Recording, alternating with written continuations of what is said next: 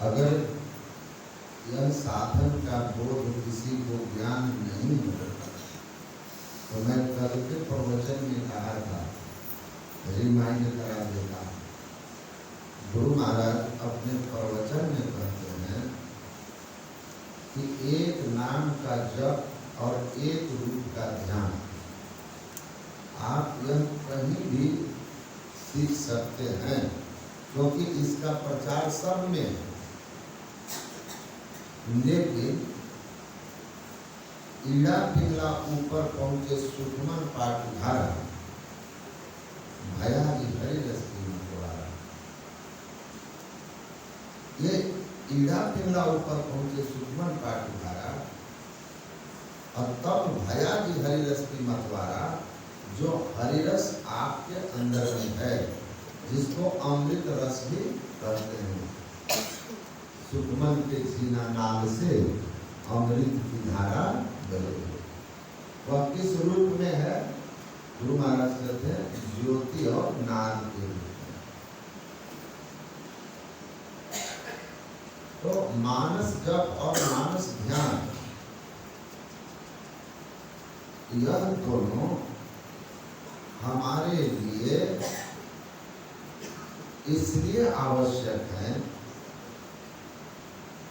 कि गुरु महाराज रामचरितमानस सार सटी के टीका में लिखते हैं, श्री गुरु पद मणिगण ज्योति जहाँ है, सुमिरत दिव्य दृष्टि होती, जो अपने चित्तवृत्ति का सिमटाव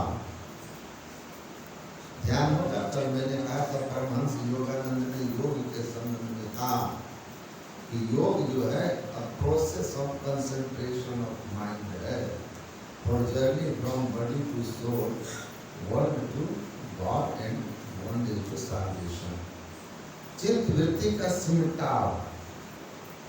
तो हमारी फैली हुई नाम रूपात्मक जगत में जो चित्त वृत्ति है, उसके सिमटाव के लिए सबसे पहले नाम का सहारा लेते हैं, जिसको मैंने कहा प्रतिहार मन भागता है मन में लगाए।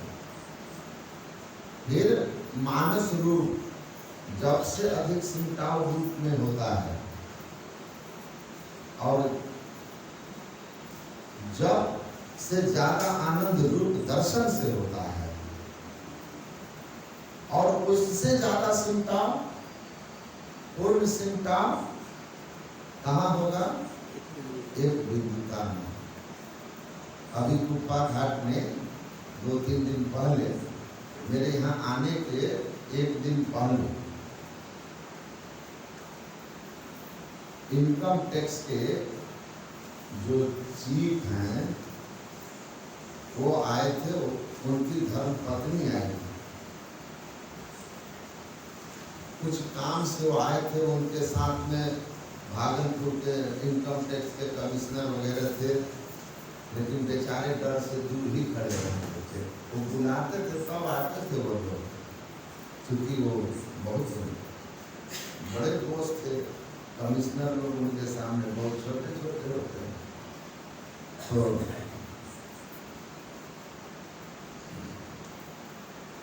उनकी पत्नी पूछ रही थी, महासभा कार्यालय में सभी पदाधिकारी बैठे हुए थे, हमको लोग बुलाए तो हमसे यही सवाल पूछ रहे थे कि ये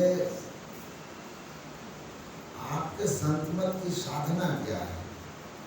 तो मानस ध्यान के बाद जब मैंने बिंदु के बारे में चर्चा की, बिंदुनाथ महालिंगम में अभी आप लोगों ने सुना है, कहीं कहा शिव शक्ति निकेतनम, कहीं विष्णु लक्ष्मी निकेतनम। तो गुरु महाराज कहते थे कि जो बिंदुनाथ की साधना करते हैं, उनमें शक्ति आ जाती है, उनका कल्याण हो जाता है, उनको श्री वैभव की प्राप्ति होती है और उनका रक्षा होता है। इसीलिए शिव शक्ति के द्वारा वो रक्षित होते हैं और विष्णु लक्ष्मी के द्वारा वे पोषित होते हैं, यानी उनका संसार में योग से मोहन होता है। इसलिए विष्णु लक्ष्मी निकेतनम भी कहा, शिव शक्ति निकेतनम भी कहा। तो मैंने उनसे पूछा, मैडम आपने साइंस पढ़ा होगा, कम से कम मैट्रिक तक तो सब पढ़ते। उसमें जब हम लोग ज्योमेट्री पढ़ते हैं तो उसमें आता है कि suppose ABC is a triangle, माना कि ABC एक त्रिभुज है, तो हम उसको कहते हैं suppose ABC is a triangle, whereas ABC already surrounded by 3 lines।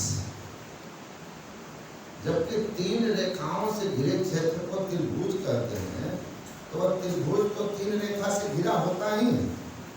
फिर माना कि कल्पना किया कि ऐसा क्यों कहते हैं, सामने तो 3 रेखाओं से घिरा हुआ ही चित्र होता है। तो बोलते हैं कि पढ़ी तो हूँ बट नो आइडिया नहीं है, ना कभी सोची। मैंने कहा इसलिए कि रेखा की परिभाषा यही है कि जिसमें केवल लंबाई हो, मोटाई चौड़ाई न हो। तो बाहर कोई भी रेखा ऐसी नहीं खींची जा सकती जिसमें केवल लंबाई हो, मोटाई चौड़ाई ना हो। तो रेखा काल्पनिक है, इसीलिए कहा माना, क्योंकि रेखा काल्पनिक है इसलिए कल्पना ही किया जाएगा। और बिंदु किसको कहते हैं, पॉइंट किसको कहते हैं, तो कहती है कि where 2 line meets, जहाँ 2 रेखाएं मिल जाती है तो 2 रेखाओं के मिलन स्थान को बिंदु। तो मैंने कहा कि बिंदु जिसमें केवल स्थान हो, लंबाई चौड़ाई मोटाई कुछ भी ना हो। तो जब रेखा ही काल्पनिक है तो बिंदु कैसे होगा? रेखा काल्पनिक है तो बाहर बिंदु भी नहीं बन सकता, क्योंकि 2 काल्पनिक रेखाएं हैं, इसलिए बिंदु भी काल्पनिक है, बिंदु भी सपोज है। तो बोलते हैं हाँ, तो असल होगा तब ना नकल होगा। बाजार में जो नोट असल में होता है उसी का नकली होता है। 400 का नकली नोट आपको कहीं नहीं मिलेगा, क्योंकि असली नोट नहीं है, तो असल का नकल होता है। तो असल में रेखा कहाँ है? तो बोले कि हमको तो आइडिया नहीं है। मैंने कहा कि बस ये संत मत है, पूरा विज्ञान है ये।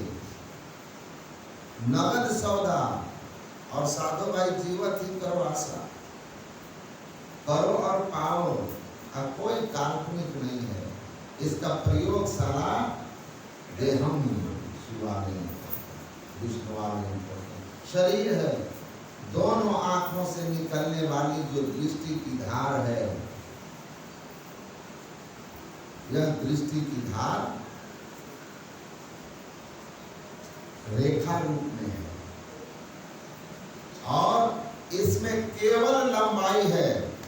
अगर थोड़ी भी मोटाई होगी तो हमारी आंखें से निकलने वाली दृष्टि धार आपस में टकरा जाती, और इतने सारे लोग एक बार में हमको आप नहीं देख पाते। तो दृष्टि की धारें जो है वो सीधी लंबी रेखा है, इसमें कोई मोटाई चौड़ाई नहीं है, केवल लंबाई है। और ऐसी रेखा जब आपस में मिलेगी तब वहां पर जो उदित होगा वह वास्तविक बिंदु होगा। इसीलिए कहा तेजो बिंदु परम ध्यान विश्वास बुद्धि हंसितम, अपने हृदय स्थित तेजस स्वरूप बिंदु का ध्यान परम ध्यान। लेकिन यह परम ध्यान पूर्ण चित्तवृत्ति के सिमटाव के लिए मानस जप और मानस ध्यान है। नहीं तो गुरु महाराज टीका में लिखते हैं कि बिना मानस रूप का ध्यान किए, और कोई चाहे कि हम बिंदु ध्यान कर ले, तब भूमि पड़न चह छुअन आकाशा। गुरु महाराज ने लिखा है कि भूमि पड़न चह छुअन आकाशा। इसीलिए गुरु जाप मानस ध्यान मानस कीजिए दृढ़ साध कर, इनका प्रथम अभ्यास कर शुद्ध करना। जब तक चेतन वृत्ति हमारी शुद्ध नहीं होगी, सात्विक नहीं होगी, यह सामने ठहर ही नहीं सकती। और जब ठहरेगी नहीं तो दृष्टि की धारें आपस में मिलेगी ही नहीं, क्योंकि ठहराव में सिमटाव होगा और सिमटाव में उद्गति होगी और तब आवरण का भेदन होगा। आवरण भेदन होगा, उद्गति होगी, आरोहण होगा। तो इसको ठीक ठीक समझ के और साधन करनी है। बिंदु ध्यान सही सही समझ में रहे और इसकी समझ हो जाए और साधना ठीक से हो। मानव जब मानव ध्यान के बाद तो नगद सौदा है, कुछ न कुछ तो दिखेगा। गुरु महाराज के प्रवचन में ही है कि बाबा देवी साहब से किसी ने पूछा कि कहो जी साधना का क्या हाल है, तो उसने कहा हनोज रोज अव्वल, आज भी पहला ही दिन है, जैसा पहले दिन था 10 साल बाद भी वही है। तो बाबा देवी साहब ने कहा कि ठीक कहते है ना। फिर गुरु महाराज के ही प्रवचन में है, हमारा सब डायरी में पृष्ठ के साथ नोट है, ताकि बाबा बोलते हैं ना कोई काम में जाने से नहीं होगा, मन से बोलने से नहीं होगा। जो अनुभव किए हैं संत उनकी बात कहना, समझा में ही लखा नमूना, जो लखा नमूना है उनकी बात करो। गुरु महाराज कहते हैं वो आदमी 10 साल बाद भी कहता है आज ही पहला दिन है, तो इसका मतलब है वो 1 लाख में कमजोर होगा। 1 लाख में कमजोर मतलब सदाचार में कमजोर होगा। झूठ, चोरी, नशा, हिंसा और व्यभिचार, इन 5 पापों के छिद्र को ठीक से भरा नहीं होगा। घड़ा में कोई न कोई एक छिद्र रह गया होगा और इसलिए 10 साल बाद भी हनोज रोज अव्वल है। और नहीं तो मैं कहता हूं कि जिस तरह की साधना और परहेज बता दिया गया है, अगर कोई लगन से करे, पूरे लगन और निष्ठा से करे, तो वह कुछ न कुछ काल की साधना के बाद, मतलब 10 साल बहुत बड़ी बात है, अनुभव करेगा, कुछ न कुछ अनुभव करेगा, कुछ न कुछ अपने भीतर महसूस करेगा। इसीलिए मुस्तैदी के साथ अगर गुरु महाराज जैसा या संत जैसा कहे हैं वैसा कोई करे, त्रैकाल संध्या नियम से सदाचार में रहकर, तो कुछ ना कुछ अनुभव होगा। मैं नहीं कहता कि बिंदु मिल जाएगा और दिव्य दृष्टि खुल जाएगी, कुछ ना कुछ झलक मिलेगी। अगर पूर्व जन्म का संस्कार तीव्र हो तो को फिर गीता कितनी देर बैठी थी, कितनी देर बैठी थी, दीक्षा लेकर के आई और अंतर के अनुभवों को उसने गुरु महाराज को बता दिया। और गुरु महाराज कहते हैं उसके पूर्व जन्म के संस्कार बहुत तीव्र थे, तभी न जापान से घूम के आ गई और 3 घंटा अंतर की अनुभूति हो गई, दर्शन हुआ था प्रकाश।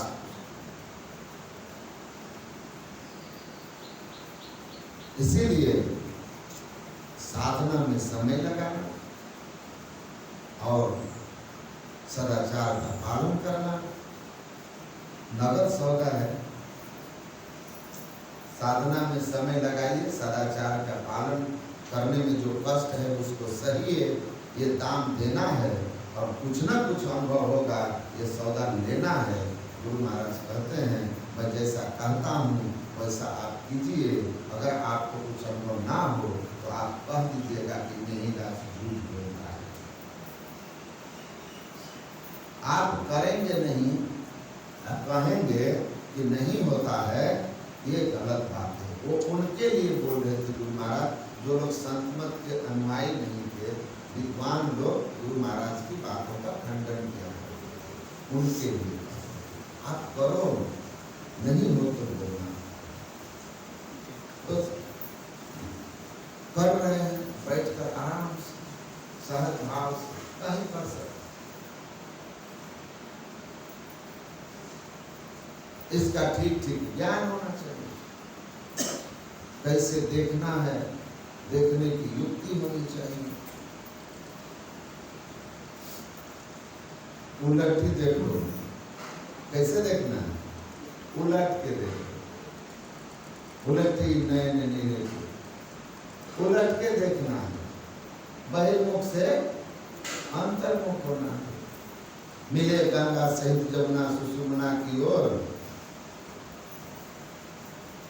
मिले गंगा सहित जमुना सुषुम्ना की ओर, उलटी पाछलो पैरो पकड़ो पसरा मना को, कहाँ है ना साथ। उत्पाद महर्षि संत सेवी जी महाराज पूछे इतनी मोटी गीता पर टीका लिखने वाले से कि आपने नासागर का वर्णन किया है, लेकिन खुलासा ऐसा नहीं है और उससे भ्रम की स्थिति बनती है। तो नासागर कहाँ है? तो उन्होंने नाक का अगला हिस्सा पकड़ के ऐसे हिला। ऋषिकेश के महात्मा उत्पाद ने कहा चलिए समझ गया, नासागर उनको वही समझ थी।